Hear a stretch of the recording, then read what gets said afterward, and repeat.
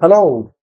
Welcome to scope computers. मैं हूं इरफान और आज की कोरल ड्रॉ की क्लास में हम सीखेंगे टेक्स्ट टूल के बारे में। तो चलिए स्टार्ट करते हैं। टेक्स्ट टूल देखिए, टेक्स्ट टूल हमें यह मिलेगा टूल बॉक्स में। यहाँ पे जो ए लिखा हुआ है यहाँ पर मिलेगा। टेक्स्ट टूल तीन तरह के काम करता है। अगर हम टेक्स्ट टूल लेकर सिंपल सा स्क्रीन पर क्लिक कर देते हैं तो यहाँ पे कर्सर ब्लिंक करने लग जाएगा जिस जगह पर भी हमने क्लिक किया है, और हम जब टाइप करते हैं तो ये कहलाता है आर्टिस्टिक टेक्स्ट। इसको हम कहते हैं आर्टिस्टिक टेक्स्ट टाइपिंग। ये हमने टाइप किया, इसको पिक टूल से सेलेक्ट करेंगे तो पिक टूल से सेलेक्ट करने पर हमें ये कुछ इस प्रकार से टेक्स्ट की बता देगा ग्रिप्स, और इन ग्रिप्स की हेल्प से हम टेक्स्ट को फ्री हैंड जितना भी बड़ा साइज करना चाहें बड़ा कर सकते हैं, स्ट्रेच करना चाहें हम यहाँ से स्ट्रेचिंग कर सकते हैं, और कलर चेंज करना चाहे लेफ्ट क्लिक करके कलर भी चेंज कर सकते हैं। इसे कहते हैं आर्टिस्टिक टेक्स्ट टूल। इसी तरह से टेक्स्ट का एक और टाइप है, वो है अगर हम टेक्स्ट टूल लेके कोई भी एक रेक्टेंगल शेप में एक विंडो बनाते हैं तो इसे कहते हैं फ्रेम टेक्स्ट। टेक्स्ट की फ्रेमिंग बना करके टेक्स्ट टाइप करना। तो यहाँ हम पैराग्राफ मोड में टेक्स्ट टाइप कर सकते हैं, इसको कहते हैं फ्रेम टेक्स्ट। तो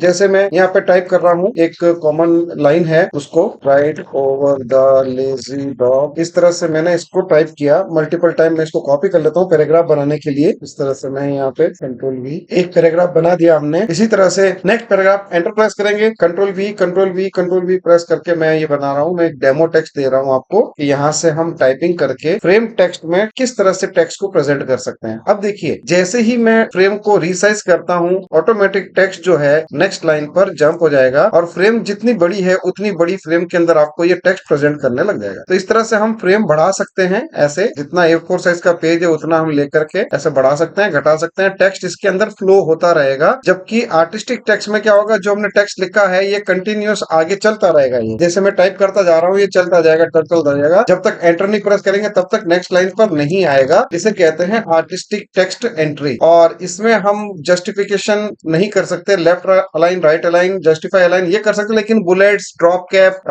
और यहाँ से हम इंडेंट्स वगैरह नहीं लगा सकते। तो इसमें सिंपल अगर हेडिंग वगैरह लगाना हो, सिंगल लाइन में अगर कुछ लिखना हो तो वो हम यहाँ पर इस टेक्स्ट टूल की हेल्प से आर्टिस्टिक टेक्स्ट टाइप कर सकते हैं। ये देखिए हम यहाँ पे जो ये टाइप कर रहे हैं ये चलता जाएगा। इसे कहते हैं आर्टिस्टिक टेक्स्ट एंट्री। और ये जो हमने विंडो बनाया है टेक्स्ट टूल लेकर के एक रेक्टेंगल शेप बनाएंगे, और उसके अंदर ये हम जब ड्रैग करेंगे विंडो बना करके टाइप करेंगे तो ये कहलाता है फ्रेम टेक्स्ट। अब इस फ्रेम टेक्स्ट में हम जो टेक्स्ट के जो अदर फीचर्स हैं, जैसे कि हमें टेक्स्ट बार में जो दिखाई दे रहा है, जो कॉमन जो प्रॉपर्टीज जो हमने कर रखी है उसके आगे टेक्स्ट के बारे में बता रहा है। हम यहाँ से फॉन्ट लिस्ट में से फॉन्ट जो चाहे वो यहाँ से फॉन्ट चेंज कर सकते हैं टेक्स्ट का, पैराग्राफ का, या अगर हमने कोई हेडिंग वगैरह बनाया है तो उसका हम टेक्स्ट टाइप यहाँ से चेंज कर सकते हैं। फॉन्ट की लिस्ट में से फॉन्ट का साइज यहाँ से चेंज हो जाएगा। इस तरह से हम फॉन्ट साइजिंग कर सकते हैं हेडिंग के हिसाब से, या पैराग्राफ मैटर के हिसाब से हम यहाँ से हेडिंग बना सकते हैं। कलर चेंज कर सकते हैं। साथ ही साथ में यहाँ पे बोल्ड, इटैलिक और अंडरलाइन, किसी फॉन्ट में आपको बोल्ड, इटैलिक, अंडरलाइन तीनों हाईलाइटेड मिलेंगे, किसी फॉन्ट में आपको तीनों ही नहीं मिलेंगे, या किसी फॉन्ट में कोई एक मिलेगा। जैसा कि इस फॉन्ट में बहामा सेवी फॉन्ट में यहाँ पे अंडरलाइन का दिखाई दे रहा है,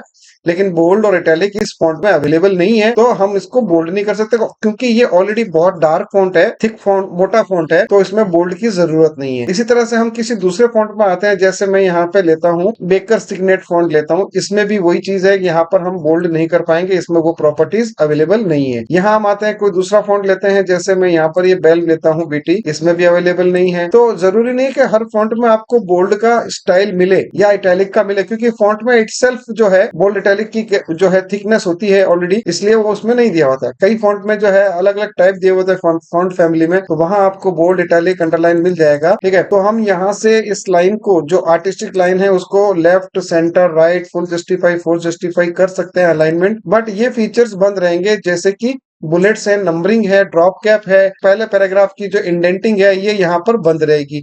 ये किसमें ऑन होगी, जब हम कोई पैराग्राफ मोड में टाइप किए गए टेक्स्ट को सेलेक्ट करते हैं, यानी कि टेक्स्ट फ्रेम को सेलेक्ट करते हैं, तब ये तीनों चीजें हाईलाइट हो जाएंगी।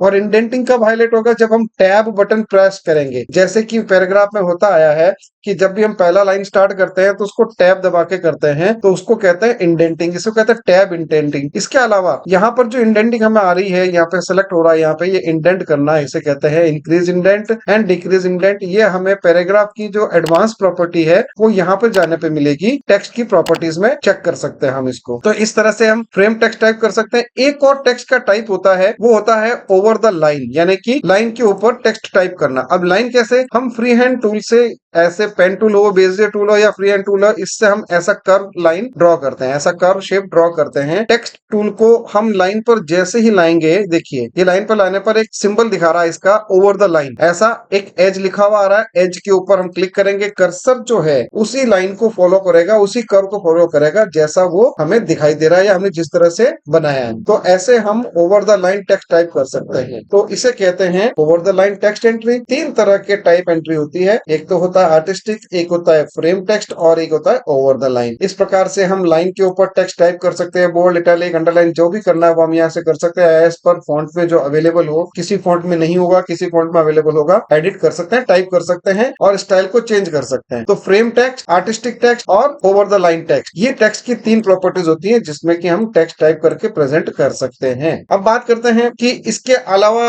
हमारे पास टेक्स्ट में क्या क्या प्रॉपर्टी है। अगर हम आर्टिस्टिक टेक्स्ट की बात करें, font, font size, bold, italic, underline के अलावा हमारे पास यही मिलेंगे। इन्हीं चीजों को हम एडिट कर सकते हैं। अब हम आते हैं फ्रेम टेक्स्ट में। फ्रेम टेक्स्ट में जब हम सेलेक्ट करते हैं तो यहाँ पर हमारे पास इसमें मिलेगा अलाइनमेंट के अलावा bullets, numbers and drop cap. तो देखिए मैंने पहली लाइन पर इंडेंट लगाया है, बाकी लेफ्ट और राइट में मैंने इंडेंट यूज नहीं किया है, ना ही मैंने जस्टिफिकेशन अप्लाई किया है। तो यहाँ से फोर्स जस्टिफाई, फुल जस्टिफाई करने पर लेफ्ट और राइट इक्वल हो जाएगा सिमेट्री इस टेक्स्ट की। और पैराग्राफ की जो स्टार्टिंग है मैंने इंडेंट दिया है टैब बटन से, ये इस तरह से टैब बटन से मैंने इसको फर्स्ट लाइन इंडेंट किया है। तो इस तरह से हम पैराग्राफ को एडजस्ट कर सकते हैं, पैराग्राफ बना सकते हैं। इन्हीं पैराग्राफ के आगे अगर मुझे लगाना है बुलेट्स तो हम यहाँ से बुलेट्स ऐड कर सकते हैं। देखिए बुलेट आ जाएगा। अगर हम चाहते हैं इसके नंबरिंग लग जाएगा, कितने पैराग्राफ हमने टाइप किए या कितने पॉइंट्स हमने टाइप किए, तो उसकी जगह हम नंबरिंग अप्लाई कर सकते हैं। ठीक है, इसी तरह से जैसे ही हम नंबरिंग या बुलेट्स अप्लाई करते हैं तो लेफ्ट इंडेंट और राइट इंडेंट यानी कि इंक्रीज और डिक्रीज इंडेंटिंग अप्लीकेबल हो जाएगा। इसमें मैं इंक्रीज करना चाहता हूँ ये इंडेंटिंग को। देखो टेक्स्ट फ्रेम जो है, यहां से हमारा टेक्स्ट पैराग्राफ है वो लेफ्ट से इंक्रीज हो जाएगा, ये गैप छोड़ देगा। फ्रेम के अलावा भी हमें टेक्स्ट को अगर इंसर्ट रखना हो तो हम यहाँ से इंडेंटिंग कर सकते हैं। डिक्रीज इंडेंट का मतलब होता है जो हमने इंडेंटिंग दी है उसी को वापस लेस कर दे, इसे कहते हैं इंक्रीज इंडेंट करना और डिक्रीज इंडेंट करना। यहाँ पर आपको जो स्टैंडर्ड प्रॉपर्टी बार है, कॉमन प्रॉपर्टी के पास में बाद में जो हमें दिखाई दे रहा है वो ये टेक्स्ट की प्रॉपर्टी दिखाई दे रहा है। यही प्रॉपर्टी जब हम artistic over the line text पर करते हैं तो हमें सिर्फ और सिर्फ फॉन्ट का जो स्टाइल है, उसका साइज है, बोल्ड, इटैलिक, अंडरलाइन यही दिखाई देगा। और जो कॉमन प्रॉपर्टी है उसकी जगह पर आ जाएगा टेक्स्ट को लाइन पर किस तरह से प्रेजेंट करना है। एबीसी के हिसाब से आपको शो कर रहा है, जैसा लाइन मूव करेगा वैसा ही टेक्स्ट भी फ्लो होगा। इसी तरह से मैं यहाँ पे चेंज कर देता हूँ, जैसा कर्व है उसके अकॉर्डिंग हो जाए, टेक्स्ट के अंदर चेंज हो जाएगा। या टेक्स्ट को सीधा रखे, कर्व चाहे जैसा भी हो टेक्स्ट को सीधा रखेगा, या टेक्स्ट को उसी अकॉर्डिंग फ्लिप कर देगा। यानी कि अगर यहाँ पे कर्व आ रहा है, ये कर्व का टाइप जो है नीचे से ऊपर की तरफ है, तो टेक्स्ट को ये जो टी दिख रहा है इसको भी वैसा डायरेक्शन कर देगा। डायरेक्शनल कहलाता है, इसको कहते हैं डायरेक्शनल। और ये करते हैं कि लाइन के ऊपर टेक्स्ट सीधा रहे और लेकिन फ्लो हो लाइन के ऊपर। तो ये 3-4 अलग अलग मोड है टेक्स्ट को किस तरह से लाइन पर प्रेजेंट कराना है। यहाँ से हम डिस्टेंस डिफाइन कर सकते हैं, पाथ और टेक्स्ट के बीच में कितना डिस्टेंस हो, पाथ पर जो है टेक्स्ट कितना इंडेंटिंग करते हुए या कितना लेफ्ट और राइट में मार्जिन छोड़ते हुए आए, वो हम यहाँ से डिस्टेंस और ऑफसेट डिफाइन कर सकते हैं टेक्स्ट ओवर द लाइन के लिए। अगर मुझे टेक्स्ट को नीचे की तरफ टाइप करना है, यानी कि लाइन के नीचे की तरफ टाइप करना है और उल्टा सीधा करना है, तो यहाँ से हम ऑपोजिट करेंगे, हॉरिजॉन्टल एक बार, फिर दूसरी बार हम करेंगे वर्टिकल। राइट हैंड साइड से ये टेक्स्ट उल्टा होते हुए यहाँ पर शो करने लग जाएगा। इसे कहते हैं अंडर द लाइन। ये है अंडर द लाइन। और इसी को हमें ऊपर करना होगा तो ये हम ऐसे ओवर द लाइन करके मिरर करके हम इनको अप एंड डाउन कर सकते हैं। ये इस ओवर द लाइन और अंडर द लाइन के टेक्स्ट की प्रॉपर्टी के थ्रू हम यहाँ से कर सकते हैं।